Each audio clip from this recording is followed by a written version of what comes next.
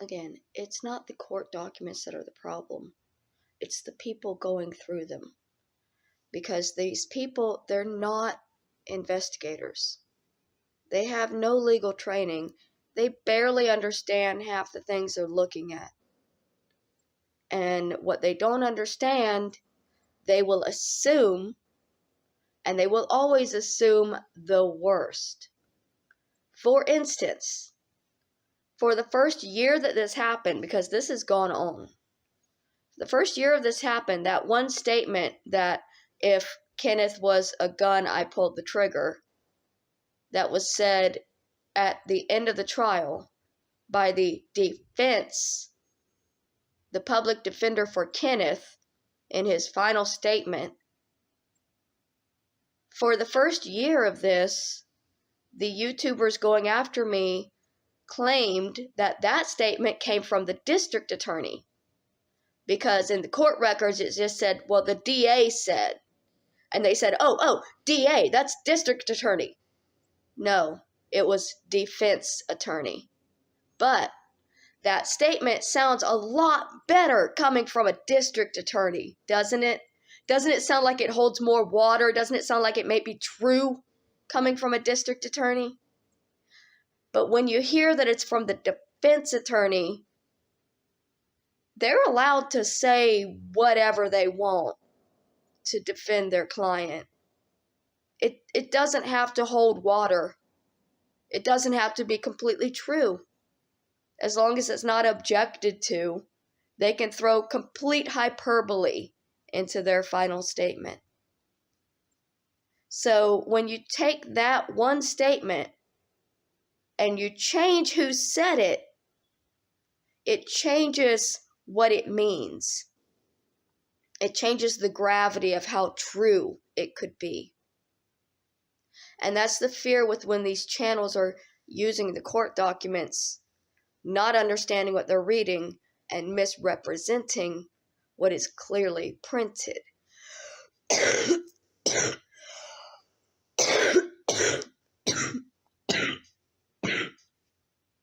Hold on, I have to die.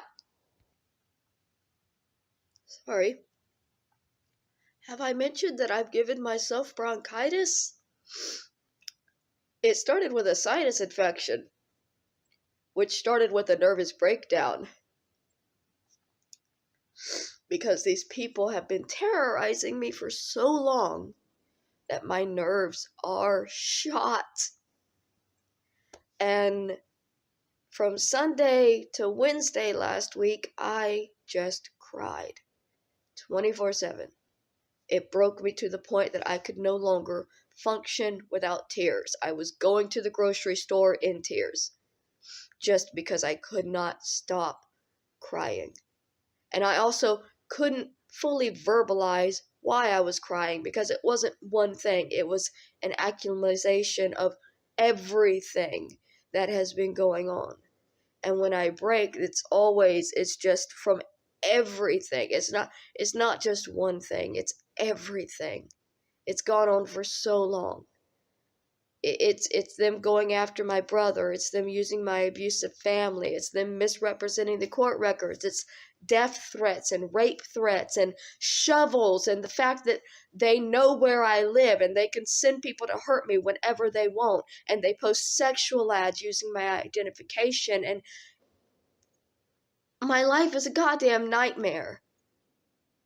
Because these channels make money off of making my life a nightmare.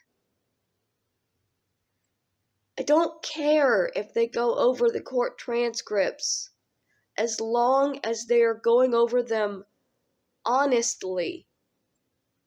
But in all of the times that these people have gone over those transcripts, they always lie.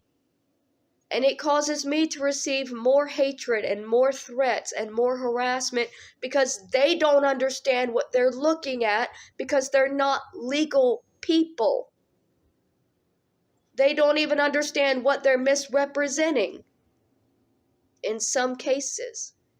Like with the example that I gave of them saying that the district attorney said something that the defense attorney actually said.